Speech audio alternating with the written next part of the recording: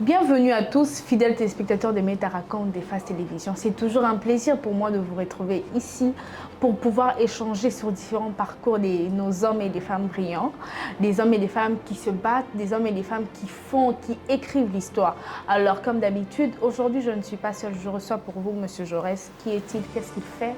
Pourquoi il est là? C'est quoi son histoire? On va ensemble le découvrir avec lui. Bonjour Monsieur Jaurès. Bonjour. Vous allez bien? Très bien, merci. Vous? Ah ouais, ça va. On ne me demande pas souvent, mais ça va. Ouais, je reviens. C'est vraiment un plaisir pour moi de vous avoir dans les plateaux des Meta Raconte, plus précisément ici au studio et sur Face Télévision. C'est vraiment un grand plaisir pour moi. Avant que nous puissions évoluer, vous pouvez vous présenter votre nom complet, études faites. Est-ce que vous êtes dans la vie avant que nous puissions évoluer? Ok, déjà, merci beaucoup pour l'invitation. Je suis Iyoro Aïssi Jaurès Cédric. C'est un nom qui vient du Cameroun. Et je suis le directeur et fondateur de Batou Digital, qui est une agence de marketing sur les réseaux sociaux. Pour le petit background, j'ai fait 5 ans d'études en médecine avant de virer dans l'univers du digital. Ok, vous êtes aussi CEO d'une agence de communication. Alors, vous avez dit que vous avez fait des études de médecine. Moi, vraiment, c'est là où commence l'histoire. Alors, c'est quoi votre histoire? De médecine jusqu'à aujourd'hui, CEO d'une agence de communication. Alors, c'est une histoire qui remonte à, je dirais, à plus de 14 ans aujourd'hui. Parce qu'il y a 14 ans, en 2009, j'obtenais mon baccalauréat. Et de là, j'ai décidé de commencer avec des études de médecine sous l'impulsion très vive de mes parents qui m'ont fortement encouragé à faire ces études-là. Bon, moi de base, je voulais faire tout ce qui était en rapport avec l'informatique, étant déjà passionné par rapport à ça depuis que je suis petit. Mais à cette époque, il faut savoir que le digital, le numérique, n'était pas aussi développé que ça l'est aujourd'hui. Donc, il fallait aller sur des métiers sûrs qui te garantissaient d'avoir une certaine stabilité de revenus financiers dans la vie. Donc, c'est comme ça que je me suis orienté vers la médecine. J'ai commencé au Cameroun pendant 3 à 4 ans jusqu'à ce que l'État camerounais décide de fermer pas mal d'écoles qui formaient en médecine. Pourquoi? Parce que ces écoles-là ne respectaient pas les différentes conditions de formation médicale.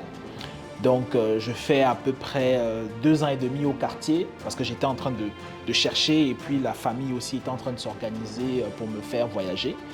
C'est comme ça que je tombe sur l'opportunité de venir en République démocratique du Congo. Donc, j'atterris à Kinshasa, on est le 15 janvier 2016. Donc, ça fait déjà plus de 7 ans et demi.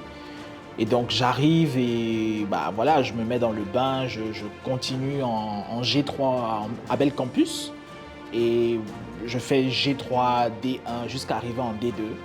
Et vraiment à ce moment-là, il y a beaucoup de difficultés qui commencent à arriver. Déjà, ce qu'il faut savoir, c'est que l'avion en RDC par rapport à d'où je viens, elle est beaucoup plus élevée ici. Donc ce qui fait qu'au niveau d'assurer le train de vie quotidien chaque mois, c'était très compliqué. Étudiant de mon état et j'avais pas d'argent, j'avais pas de compétences monétisables à ce moment-là sur le marché. Donc voilà.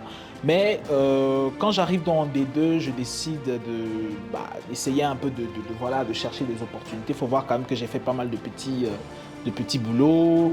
J'ai été serveur au Kiros, j'ai été walker pour Vodacom M-Pesa.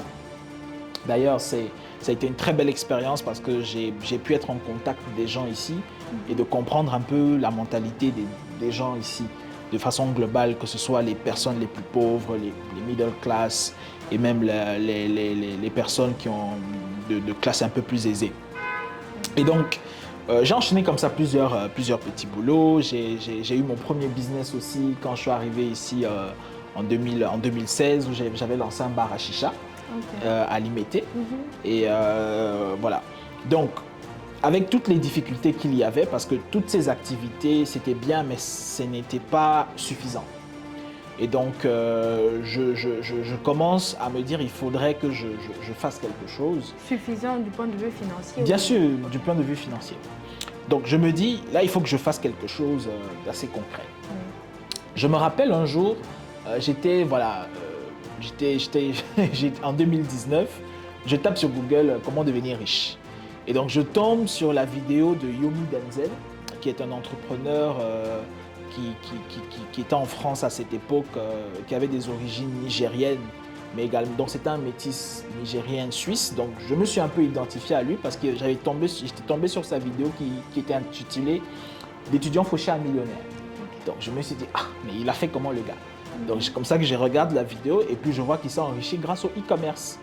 Et c'est là où j'avais déjà un ami qui m'en parlait et c'est là où je prends vraiment l'ampleur de la chose et je me dis, ah, ça peut être intéressant. Et donc je lance mon premier business en e-commerce. Je commande des pochettes en bois de la Chine que je fais venir ici. J'avais déjà fait mes petits visuels sur Canva que j'ai commencé à promouvoir. J'ai même eu des précommandes. Donc j'ai eu des gens qui ont acheté avant que le produit n'arrive. Parce que c'était ça un peu le principe du e-commerce de l'époque que je voulais mettre en place, qui était un peu comme une sorte de dropshipping. Et donc le produit arrive et voilà, je fais juste quelques ventes. Mais après j'ai donc l'opportunité de travailler au Makutano, qui est un réseau d'affaires qui réunit plusieurs décideurs et hommes d'affaires congolais. Et donc, j'étais en charge de la communication digitale de l'événement. Et c'est comme ça que je me retrouve donc, faire partie d'une grande équipe de communication dans laquelle j'ai pu aussi me démarquer à travers mes talents et mes connaissances que j'avais déjà accumulées depuis 2008 sur les réseaux sociaux. Parce que j'ai toujours été très actif sur les réseaux sociaux 2008, i5, Skyrock, Facebook, etc. Et donc voilà, donc à ce moment précis, il faut savoir que j'étais déjà en train de réfléchir. Est-ce que je continue avec la médecine ou j'arrête? Oui. Donc c'est à ce moment justement quand j'étais au Makutano que j'ai décidé d'arrêter de poursuivre cette carrière dans le marketing digital. Bon, qu'est-ce qui s'était passé exactement pour pouvoir vraiment, cette fois-ci, j'arrête? Qu'est-ce qui s'était passé exactement? Bon, déjà, c'était sur un coup de tête. Hein. J'avais pas dit... faut savoir que généralement, je prends souvent de grandes décisions sur des coups de tête, mais c'est des décisions qui sont issues de réflexions qui durent, qui prennent un certain temps, parce qu'on ne décide pas comme ça dans un pays étranger avec tout ce que la famille a mis comme moyen dans tes études, de décider d'arrêter. J'ai dû juger le pour et le contre. Premièrement, d'abord, c'était est-ce que j'aimais faire ça? Est-ce que j'aimais ce que je faisais? La vérité, c'est que j'aimais pas la médecine, quoi. Je partais jamais à la fac. Je révisais jamais mes cours. Moi, j'étais toujours le gars qui révisait quand les sessions d'examen approchaient. Et donc, j'avais vraiment pas de passion dans cette histoire. Mais je me disais, bon, je peux faire un effort de terminer, mais jusque-là, il y avait toujours des doutes. Alors, moi, ce qui m'a vraiment motivé, c'est aussi de penser à l'avenir.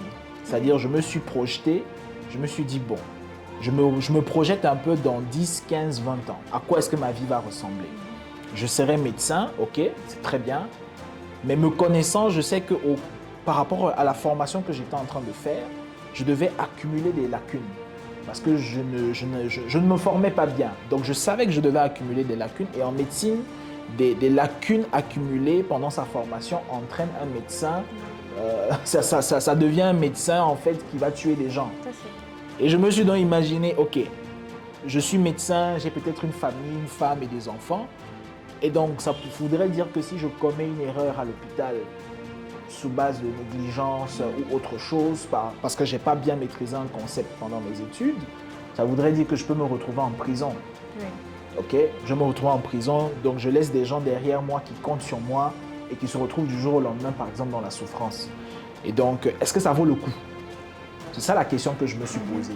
Est-ce que ça vaut le coup d'hypothéquer mon avenir pour faire plaisir à mes parents, surtout? La réponse était non.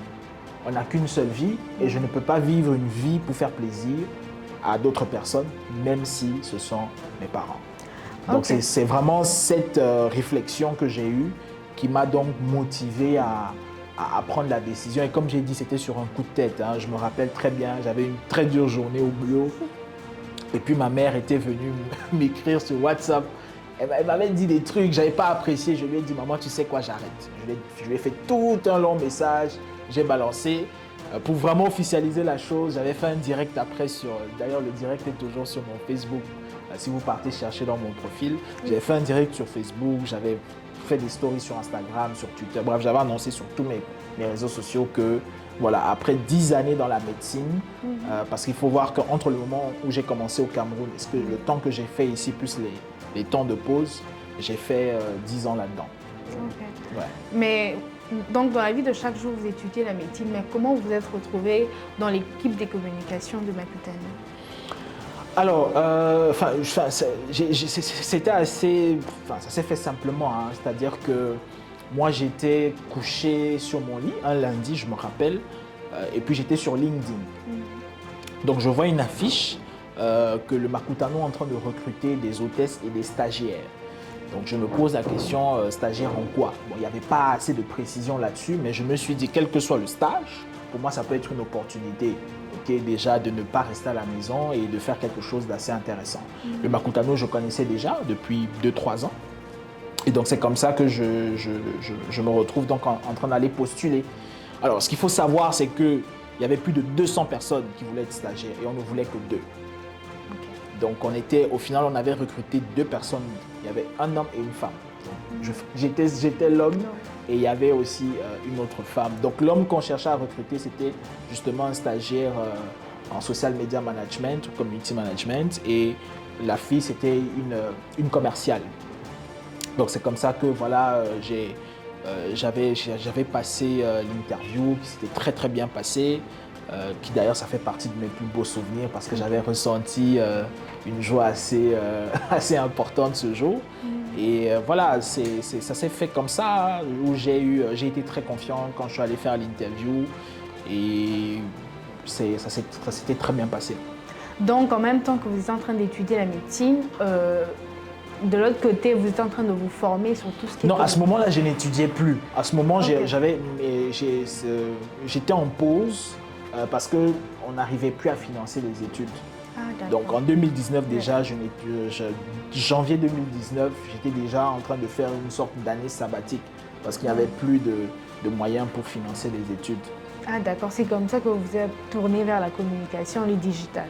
J'étais déjà, oui, on va dire ça comme ça, mais j'étais déjà dans une start-up qui fournissait des solutions digitales aux entreprises. Okay. Donc, ce qui fait que dans cette start-up, j'avais le rôle de charger des opérations où je démarchais des prospects pour avoir des clients, etc.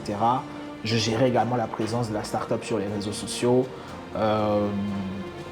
Et voilà, c'est ce que je faisais un peu à ce moment-là. Oui. Okay. Et j'ai commencé à proposer ces services de communication digitale lorsque j'ai réalisé que c'était vraiment un besoin que les gens avaient ici, quoi, avant de commencer à Makutano.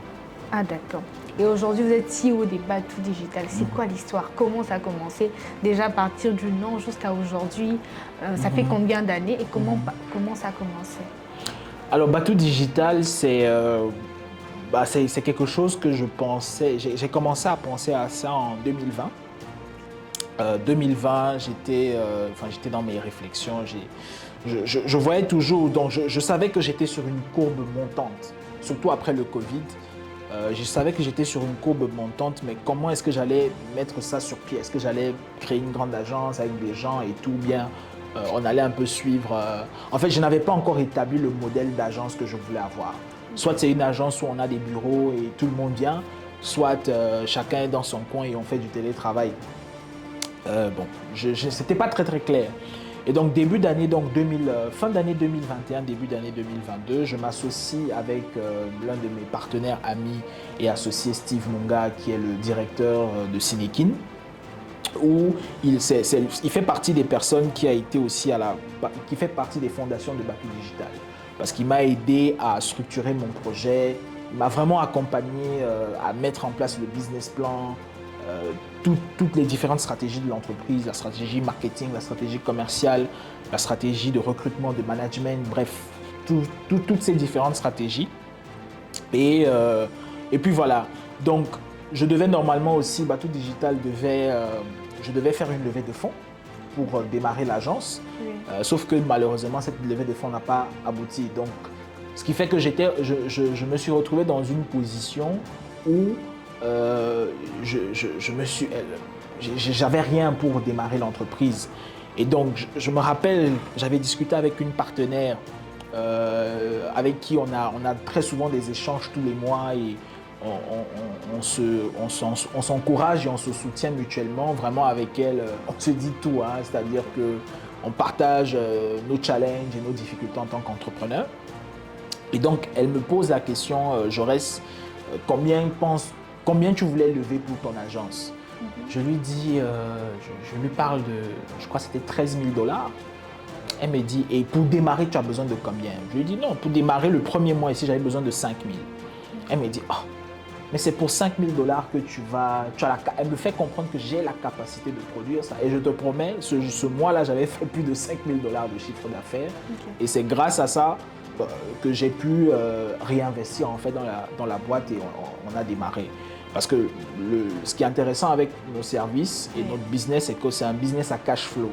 Ça veut dire quoi? Ça veut dire qu'avant de commencer un travail, on perçoit déjà l'argent du client avant. Donc, en gros, si on parvient à signer 10 clients en un mois de 500 $ ou de 1 000 $, ça nous donne suffisamment de cash flow pour pouvoir investir assez rapidement. Donc, c'est comme ça que j'investis dans un téléphone, dans un trépied, dans une place de coworking qu'on occupe toujours aujourd'hui à Silicon Village avec les autres membres de l'équipe. Et donc, voilà, tout part de là. Je m'achète aussi un nouvel ordinateur parce que celui que j'avais ne tenait plus la route. Et voilà, tout est parti de là. On a commencé à bosser de manière assez acharnée. On a fait des déplacements, on a enchaîné beaucoup de contrats. On a couvert quand le pape est venu. Donc aujourd'hui, Batou Digital, c'est une agence qui gère en moyenne une dizaine à une quinzaine de projets chaque mois. Okay. Nous avons aujourd'hui créé plus de 500 vidéos que nous avons dans nos archives et tout ça. On a aussi généré plusieurs dizaines de milliers de dollars pour nos clients. Mais quand je regarde l'ensemble de ma carrière avec ce qu'on a déjà eu à faire, c'est plus de 500 000 $ qui ont été générés pour nos clients, mais également pour nous-mêmes, quoi. J'imagine un téléspectateur qui nous suit, mais ça c'est sûrement beaucoup de chance. À quoi répondre? Enfin, comment tu réponds à cette question? Penses-tu pas que tu as de la chance? Tu quittes ton pays, tu viens chez nous, là tu parles comme ça. Comment tu réponds à cette question? Ah, la chance, bon, c'est la grâce. Enfin, moi je peux dire que c'est la grâce de Dieu. Okay. Personnellement, je pense que c'est la grâce de Dieu. Au-delà de la grâce de Dieu, c'est surtout le mindset. Ok, vous savez, la vie que nous avons au quotidien n'est en réalité que le reflet de ce que nous pensons. Vous voyez un peu. Prenons un exemple assez terre à terre. Pour une femme qui aspire par exemple à se marier, si dans sa tête et dans son esprit, elle pense que tous les hommes sont mauvais, elle va passer son temps à attirer des mauvais hommes. Mais si elle pense qu'il y a des hommes qui sont bien, qui sont fidèles, etc., elle va attirer aussi automatiquement ce genre de personnes. Il faut savoir que moi, j'ai toujours vu l'être humain comme quelqu'un de fondamentalement bon. Ce qui fait que dans ma vie, je n'ai pas attiré forcément des mauvaises personnes. Je dirais 80 à 90% des gens que je côtoie et qui m'entourent, ce sont des bonnes personnes. En tout cas, d'après ce que je vois et d'après les expériences que nous avons. Et donc, moi, je me dis, c'est d'abord ça, c'est la façon de penser. Moi, j'ai toujours été quelqu'un de très ambitieux, de ne pas me limiter au contexte africain, parce qu'on est en Afrique, qu'on ne peut pas faire de grandes choses. Non, il suffit de simplement vous asseoir, aller dans les milieux UP, ou bien aller dans les quartiers UP. Seulement ici à Kinshasa, aller à Gombe, aller vous positionner, je ne sais pas moi, faites l'effort d'aller prendre un café à 10 $ quelque part. Mais regardez et observez les gens qui viennent dans ces milieux-là, les voitures qu'ils garent, regardez les maisons. Donc, est-ce qu'on pense vraiment qu'on est dans une ville, dans un pays ou dans un continent qui soit aussi pauvre? Alors qu'il y a autour de nous, on sait clairement voir qu'il y a des gens qui ont de l'argent. Ça veut dire qu'il y a forcément... il faut aller chercher l'argent. Et L'argent, là, simplement à travers sa capacité à monétiser, premièrement, d'abord les compétences qu'on a. Après, plus on grandit, plus c'est d'autres compétences qu'il faut avoir en termes de négociation, de plein de choses. Mais voilà, la chance peut-être, mais je dirais d'abord la grâce de Dieu, le travail et la manière de penser. Ok. Et quelles sont les pensées qui vous ont permis d'arriver où vous êtes aujourd'hui? De toujours vouloir plus. Ok. Toujours vouloir, je ne me contente jamais de ce que j'ai, j'essaye toujours d'avoir plus. J'essaye toujours, je suis un très grand optimiste aussi. Donc je vois toujours le bon côté dans toutes les situations. Donc moi je regarde sur le verre, moi je regarde toujours le verre à moitié plein. Mais en même temps, c'est pas mauvais de ne jamais être satisfait, de se dire, moi je veux plus, je veux plus. C'est pas mal, il n'y a pas un mauvais côté à cela parce qu'on va trouver beaucoup de jeunes aujourd'hui qui ne savent plus se contenter de ce qu'ils ont. Ils ne sont plus à l'aise par rapport à la situation dans laquelle ils sont en train d'évoluer aujourd'hui, qui leur pousse même à aller de l'autre côté, à faire des choses qui ne les honorent pas forcément. À cause de ce mindset-là, ils se disent, moi je veux plus, ils ne sont pas contents, ils ne sont pas satisfaits. Il n'y a pas un mauvais côté à cela? Alors, c'est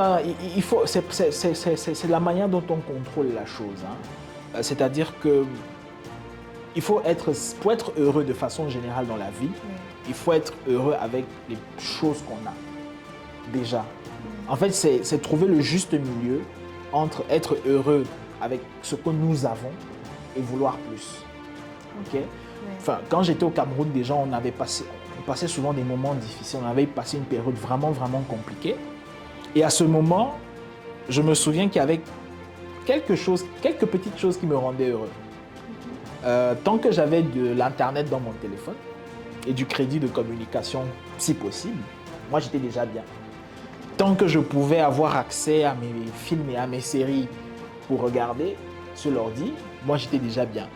Et tant que je passais du temps avec mes amis, mes potes, etc., j'étais aussi bien. Donc c'était des choses qui ne nécessitaient pas forcément d'avoir beaucoup d'argent, mais c'était des choses assez basiques qui, moi, me permettaient, malgré toutes les tempêtes qui nous arrivaient, d'être heureux. C'est la même chose aujourd'hui, littéralement. C'est-à-dire que moi, je suis quelqu'un de très simple et je me contente de petites choses pour être heureux. Mais ça n'empêche pas que... Quoi, par exemple? Aujourd'hui, c'est... déjà, moi, je suis quelqu'un, je ne sors pas énormément.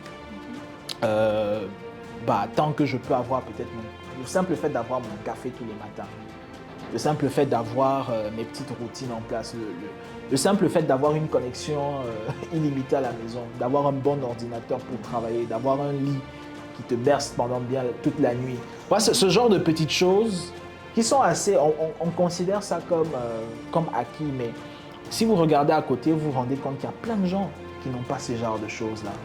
Des choses assez basiques, qui n'ont pas. Mais ça n'empêche pas que j'ambitionne d'avoir beaucoup plus parce que je veux bâtir et construire quelque chose de beaucoup plus grand que moi. Ok.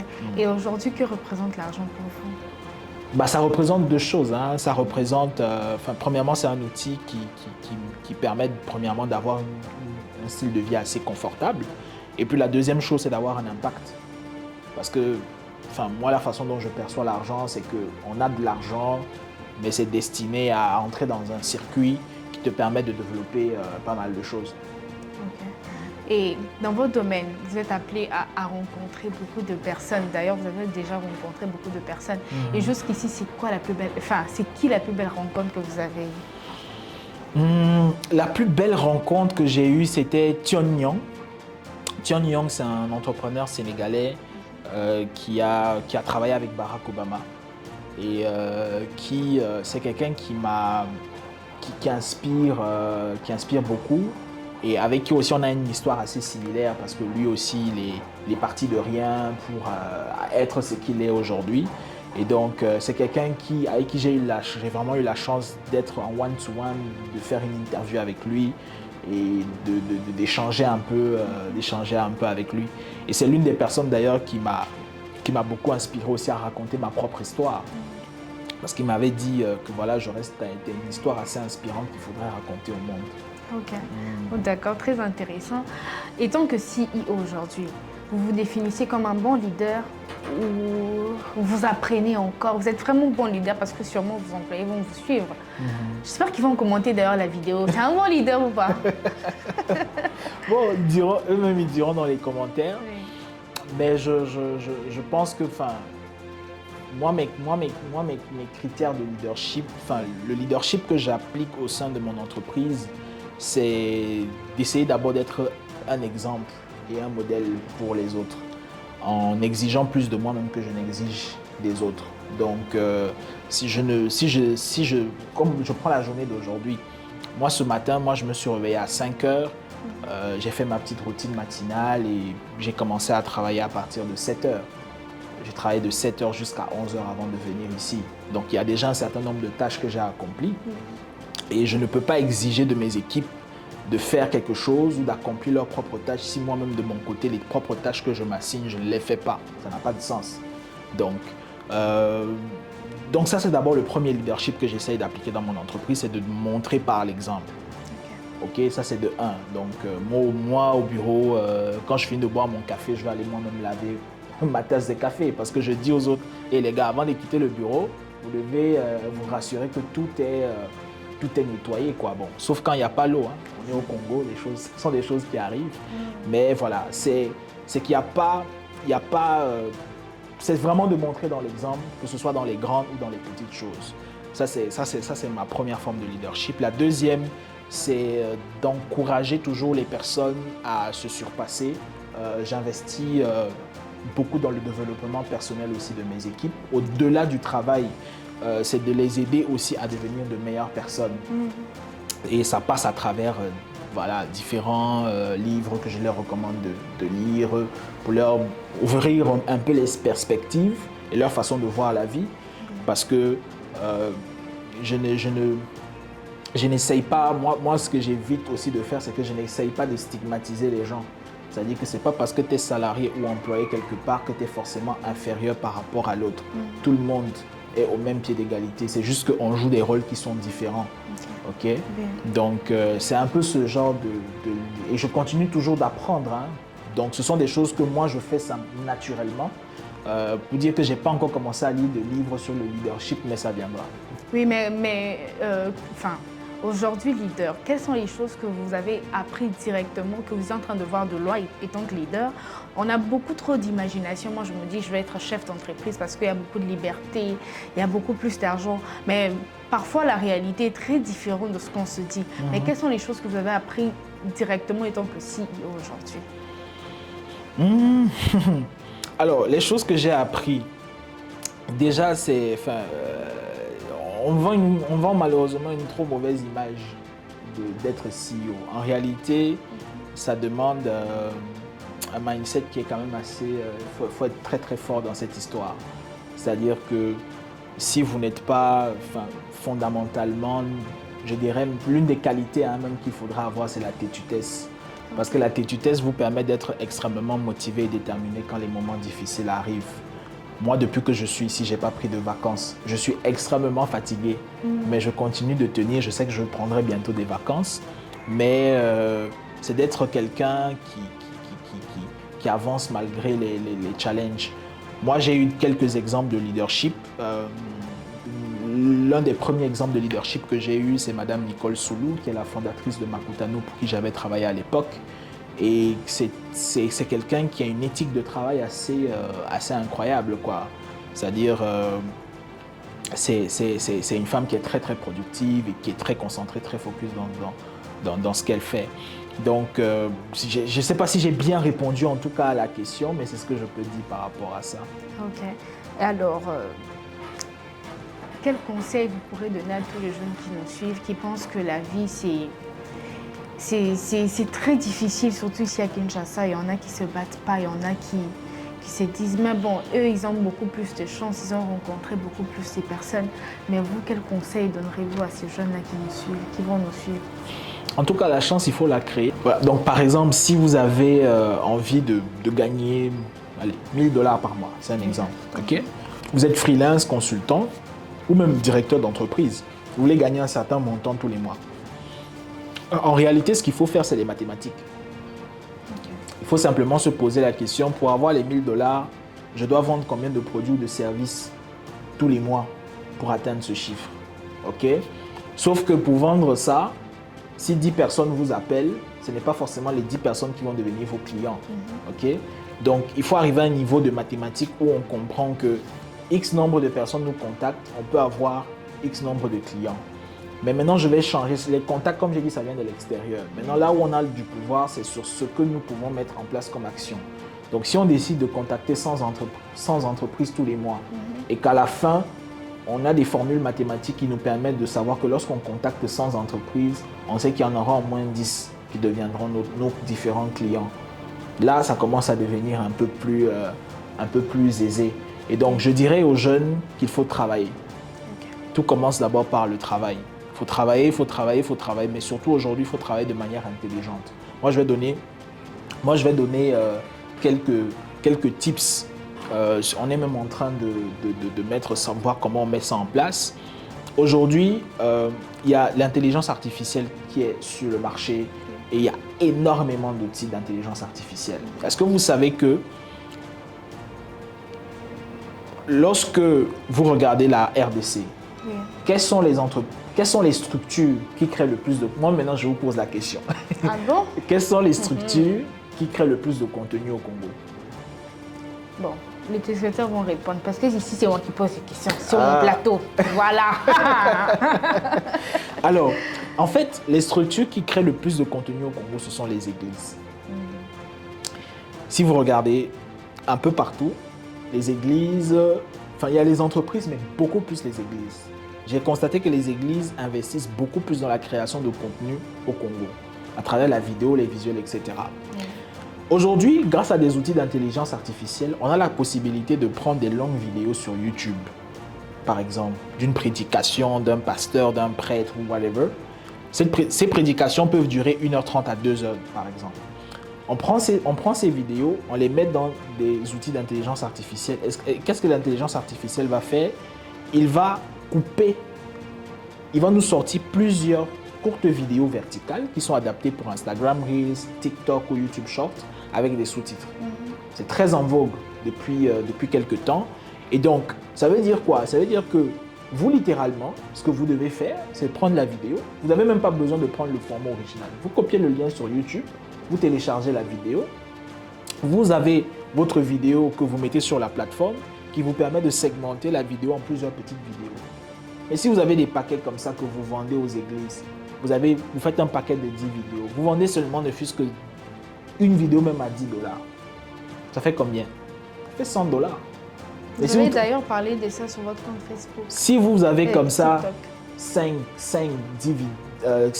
10 clients, parce que croyez-moi que pour des églises, dépenser 100 $ pour avoir des petits contenus comme ça qu'ils peuvent remettre, poster partout sur Reels, TikTok, parfois même les statuts WhatsApp, les groupes WhatsApp, ils vont acheter. C'est juste d'avoir l'intelligence de savoir comment est-ce qu'on peut se faire de l'argent dans l'univers du digital dans lequel aujourd'hui nous vivons dans une époque qui est absolument extraordinaire. Selon moi, le digital vous apporte des opportunités que vous ne pouvez même pas imaginer. Parce que ça, vous n'avez même pas besoin.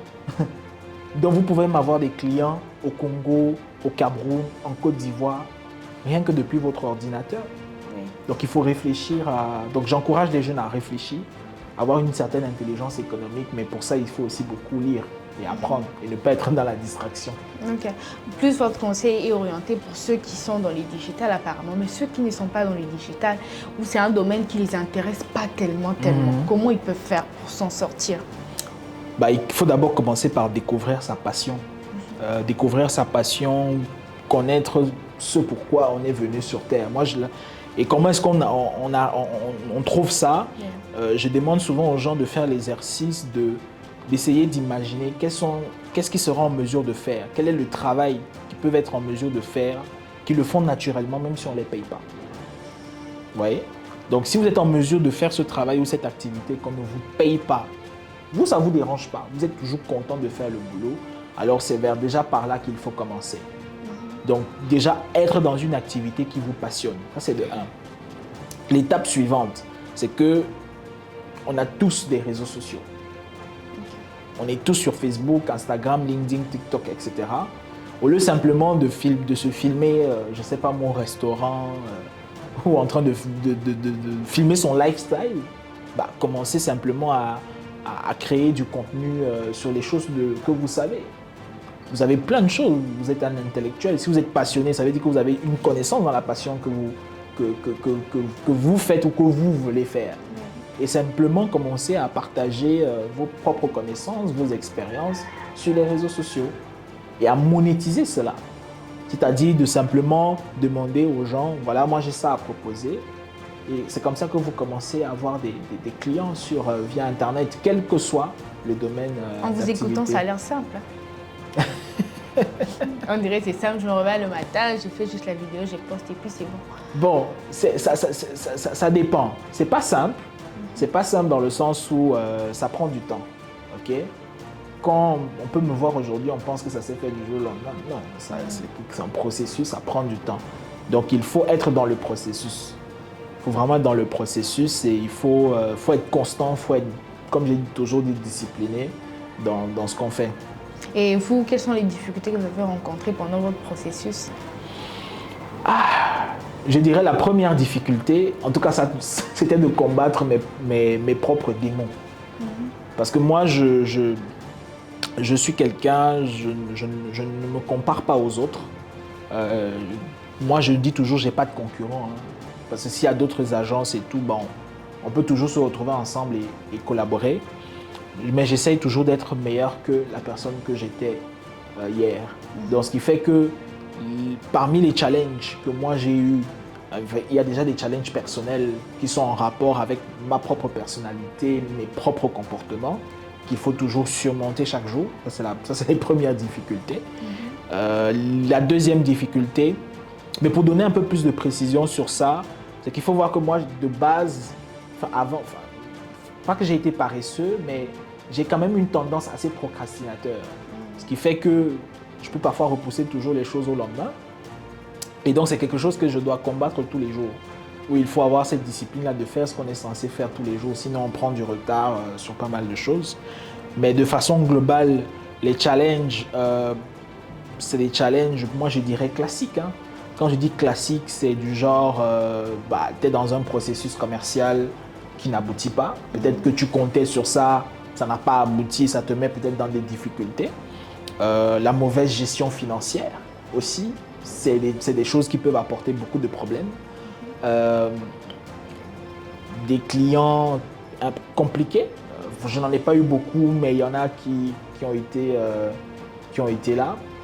Mais sinon, voilà, moi, comme je dis toujours, c'est une question de perception. Moi, j'ai une façon très rose de voir le monde. Donc, moi, je considère toujours, dans toutes les difficultés que j'ai, quelle est la part de responsabilité que j'ai, je tire les leçons derrière pour pouvoir avancer. Et en parlant des clients difficiles, j'ai envie de demander, vous avez déjà discuté avec un client? Disputer? Ouais. Comment? Genre échange des paroles, je sais pas, peut-être vous n'avez pas remis un travail à temps, ou il n'a pas bien payé, ou quelque chose comme ça. Oh, bon, des échanges, bon. Enfin, moi, on m'a d'abord appris, l'éducation que j'ai, on m'a toujours appris à respecter les gens, que ce soit mes petits frères ou mes aînés. Donc, ce qui fait que je n'ai jamais tenu des écarts de langage vis-à-vis de mes clients. Je pense que lorsqu'il y a des problèmes qui surviennent, il faut toujours, on s'assoit, on est des adultes et on en discute, que ce soit surtout si ce sont des sujets difficiles. Si le client, par exemple, n'a pas été satisfait pour une raison ou pour une autre, on essaye toujours de rattraper le tir et d'arranger. Maintenant, si un client ne paye pas, honnêtement, ça m'est arrivé une seule fois dans ma carrière où j'ai perdu $140, c'est tout. Mais sinon... Comment vous avez réagi en fait? J'ai laissé. Sans rien dire? Non, j'ai laissé. Ok. J'ai laissé. J'espère que c'est pas trop beau pour être vrai. Non, j'ai laissé. Je me suis dit, bon, déjà, le gars, il avait déjà payé une partie du service et il avait bien payé. Et puis bon, j'ai compris que s'il n'arrivait pas à payer ce qui restait, ça avait forcément dit qu'il avait des difficultés. Et puis j'ai décidé de ne pas en faire tout un plat, etc. Et je me suis dit, ça fait partie du business. On gagne de l'argent, mais il faut aussi être prêt à perdre de l'argent parfois. Ok. Et aujourd'hui, c'est quoi votre plus belle réussite? Alors, je dirais Batou Digital. Ok. Batou Digital, on n'est pas encore arrivé là où on veut arriver, mais comme j'ai dit, il faut déjà être satisfait des choses qu'on a accomplies, quoi. Donc, pour moi, c'est ma plus belle réussite à travers tous les projets dans lesquels nous avons fait, l'équipe qui se met en place et la culture d'entreprise que je mets en place, quoi. Donc, c'est ça. Et le plus beau travail que vous avez fait, quand vous regardez ça jusqu'à aujourd'hui, vous vous dites, ah, ça c'est... En tout cas, Ouais. ça, il y en a beaucoup, hein, quand même, mais je dirais Makutano, hein, le premier Makutano. Je dirais aussi Josefa Cosmétique. On a aidé Josefa Cosmétique, par exemple, à grandir en audience sur Instagram. Donc, on a créé énormément de contenu aussi. Donc, ouais, ça fait partie des fiertés que j'ai personnellement. Et aussi, lorsque j'ai lancé ma première formation Kingstagram, où j'avais quand même réalisé que j'étais parti de très loin pour être devant des gens en train d'enseigner ce que je savais faire, quoi. On semble pratiquement arriver à la fin. C'était vraiment un plaisir. C'était un moment très riche d'échanges. Un mot de la fin à tous nos téléspectateurs. Pourquoi pas un mot pour Face Télévision qui nous reçoit et Meta raconte. Alors, j'aimerais déjà dire merci, hein, pour cette magnifique opportunité qui m'a été accordée aujourd'hui. J'envoie beaucoup d'ondes positives à tous ceux qui nous regardent et je les motive à ne pas lâcher prise. Il faut voir quand même qu'on vit dans un pays, en tout cas moi c'est la perception que j'ai de la RDC, que c'est un pays extraordinaire, c'est un pays formidable. Moi j'assiste régulièrement à des événements et à des forums et on dit tous la même chose, c'est que la RDC est un pays que s'il se développe comme il est censé se développer dans les prochaines années, bah c'est tout, il aura un effet boule de neige avec les autres pays limitrophes et même tout le continent entier. Donc il faut quand même, il faut beaucoup, moi je crois beaucoup en ce pays déjà et je pense que j'encourage beaucoup les jeunes à découvrir leur propre passion, à travailler, à être concentrés, à créer du contenu pour mettre en avant ce qu'ils font, quel que soit le secteur d'activité. Et c'est comme ça qu'on attire les opportunités. Voilà.